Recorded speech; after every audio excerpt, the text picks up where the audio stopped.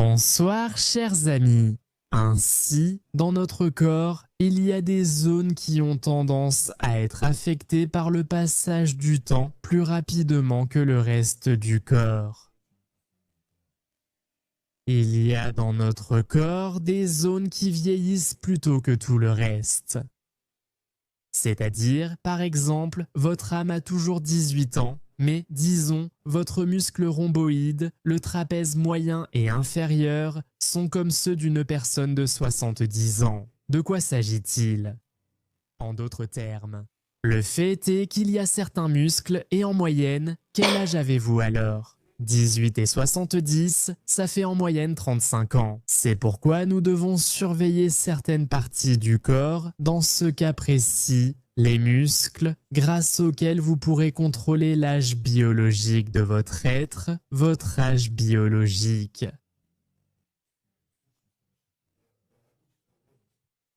Quels muscles vont nous être utiles en premier lieu aujourd'hui? Ce sont les muscles que l'homme moderne n'utilise plus suffisamment. Ce sont les muscles du cou, la partie arrière du cou, le long muscle extenseur du cou. Ce sont les muscles entre les omoplates, principalement le trapèze, le muscle rhomboïde, différentes parties, supérieures, inférieures, moyennes. Et le fessier et le muscle iliopsoas.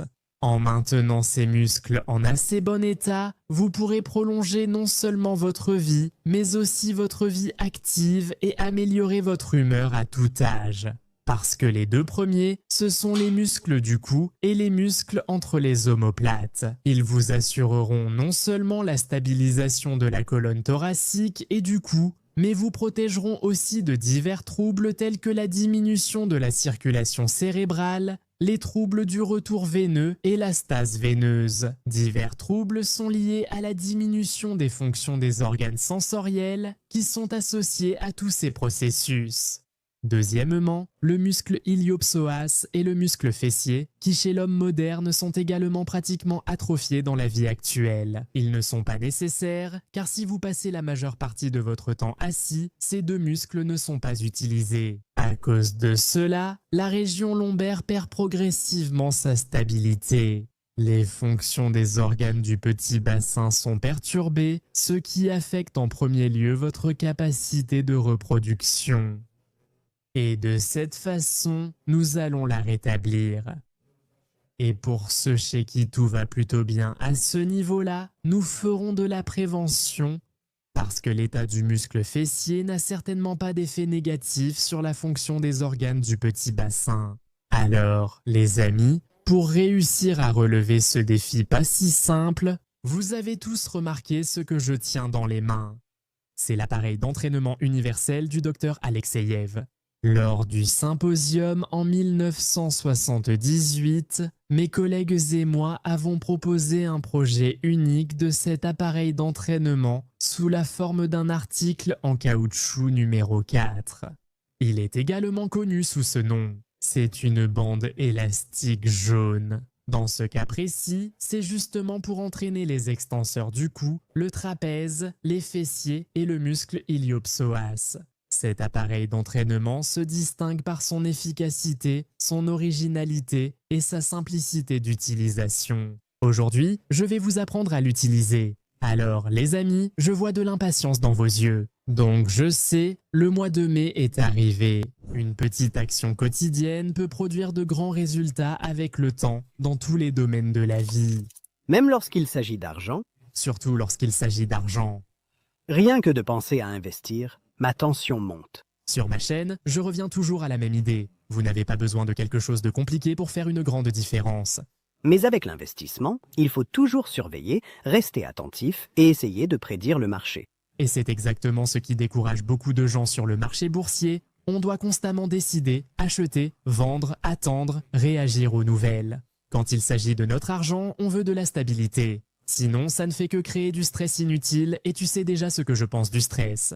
Oh mon Dieu, le marché vient de s'effondrer. C'est pour ça que j'ai toujours cherché un moyen d'investir sans être collé au marché, et c'est là que j'ai découvert Mintos. Pour faire simple, vous prêtez de l'argent à des entreprises ou à des particuliers et vous recevez des intérêts fixes en retour sur la plateforme Mintos. Tout est vraiment facile à suivre. Le rendement attendu pour chaque prêt est fixé à l'avance et les paiements arrivent chaque jour comme un revenu passif prévisible et cela reste facile à suivre sur la plateforme. Je peux filtrer les prêts selon le rendement que je souhaite, le niveau de risque avec lequel je suis à l'aise, le délai avant de récupérer mon argent, le pays dans lequel je veux investir et même la devise. Mintos propose également des portefeuilles automatisés, donc vous n'avez pas besoin de tout vérifier en permanence, tandis que les rendements sont automatiquement réinvestis. Ce qui me laisse plus de temps pour les choses que j'aime. La grande question est, quel type de rendement pouvez-vous réellement espérer? Avec Mintos, le rendement moyen des prêts est de près de 11%. Et honnêtement, c'est un rendement plutôt solide, surtout pour un revenu passif. Mintos existe depuis 2014, compte plus de 600 000 utilisateurs et est réglementé dans l'Union européenne sous MiFID. Et comme vous passez par ma chaîne, vous pouvez obtenir un bonus exclusif allant jusqu'à 350 € lorsque vous investissez au moins 500 €. Cliquez sur le lien dans la description ou scannez le code QR pour en profiter. Maintenant, d'accord, ça a l'air vraiment simple, stable et avec un bonus en plus. Ne ratez pas cette opportunité. On a envie de creuser, on a envie de manger, on a envie de faire griller, on a envie de se détendre au sauna par exemple. Donc, je ne vais pas vous faire attendre. Je sais que vous venez juste de quitter le potager, les grillades, le sauna, les balais de boulot. Donc, on passe aux exercices avec plaisir. Regardez comment je vais les faire. Et si vous avez encore un peu de volonté, essayez de les faire avec moi. Si vous avez un tel élastique, bien sûr, celui des sous-vêtements ne convient pas. N'essayez même pas. Eh bien, il y en a partout, vous en trouverez sûrement. À chaque coin de rue, il y en a comme ça. Regardez à gauche, à droite, il y en a peut-être déjà une près de vous. Bon, on commence. Alors, les amis, prenez l'élastique dans vos mains fermement. On fixe une partie avec la paume de la main ici contre le mur. On accroche l'autre partie sur le coude. La paume de l'autre main sur la nuque. Et à partir de cette position, on écarte le coude sur le côté. On sent comment l'élastique crée une résistance, mais on la surmonte avec nos muscles puissants. Enfin, pas encore puissants, mais grâce à ces exercices, ils le deviendront bientôt. De cette façon, la charge s'exerce sur votre muscle trapèze et le muscle rhomboïde. Tous ces muscles qui sont peu développés chez une personne voûtée. Et grâce à ces exercices, grâce à ces mouvements, il est possible de bien les rééduquer. Vous voyez, ça forme un relief. Vous fixez avec une main, l'autre main sur la nuque. Et dans cette position, vous effectuez une abduction sur le côté. Les faisceaux moyens et inférieurs du trapèze, le muscle rhomboïde. Tout ce qui ramènera votre omoplate en arrière vous rendra votre ancienne posture royale si jamais vous l'aviez. Faites aussi cet exercice. Faites 3 ou 4 séries, si possible 5 répétitions chacune. Choisissez un élastique qui vous permette de faire entre 5 et 10 répétitions. Si vous arrivez à faire 10 répétitions, alors vous pouvez faire 3 ou 4 séries comme ça. Cette main, elle se trouve à peu près au niveau des épaules, elle fixe l'élastique ici pour vous. Et dans cette position, vous vous entraînez doucement. Il ne faut pas prendre un élastique trop dur tout de suite pour ne pas surcharger les muscles. Prenez le plus léger au début. Le deuxième exercice conviendra à toutes les personnes qui passent beaucoup de temps assises devant des ordinateurs quand vous tapez quelque chose ou que vous résolvez des tâches sur l'ordinateur. Vous vous êtes plongé là-dedans toute la journée et vous êtes resté assis comme ça. Les muscles du cou se sont affaiblis. Ou bien vous êtes un accro au téléphone. Vous passez tout votre temps libre dans cette position. Ici, encore une fois, vous prenez le même élastique, pas un autre, il convient parfaitement, c'est pratique. Vous fixez déjà la tête avec les deux mains comme ceci, en accrochant l'élastique de cette manière. Et à partir de cette position, vous créez une résistance. Comme ça. Ici, vous pouvez placer vos mains un peu plus haut ou un peu plus bas. Cela dépend déjà de l'anatomie de votre tête. C'est-à-dire, selon la forme de votre tête ici, cela vous permet d'accrocher cet élastique pour qu'il ne glisse pas. Eh bien, à peu près sur l'arrière de la tête, pour qu'elle soit fixée comme ceci. Placez-la un peu plus haut ou plus bas, la charge reste similaire. Et dans cette position, il y a deux options pour faire l'exercice. Première option, ce sont des pompes comme si vous les faisiez contre un mur. Vous vous rapprochez, puis vous vous éloignez. Vous fixez l'élastique avec vos mains. Si vous voulez plus de tension, écartez un peu plus les mains. Moins de tension, rapprochez-les un peu. Et dans cette position, vous l'étirez, vous maintenez, puis vous revenez en arrière. Vous l'étirez, vous maintenez, puis vous revenez en arrière. Voilà. Vous pouvez faire les mouvements avec une amplitude plus petite. Si vos muscles du cou vous le permettent, s'ils ne sont pas trop affaiblis. Ou simplement maintenir ici en statique.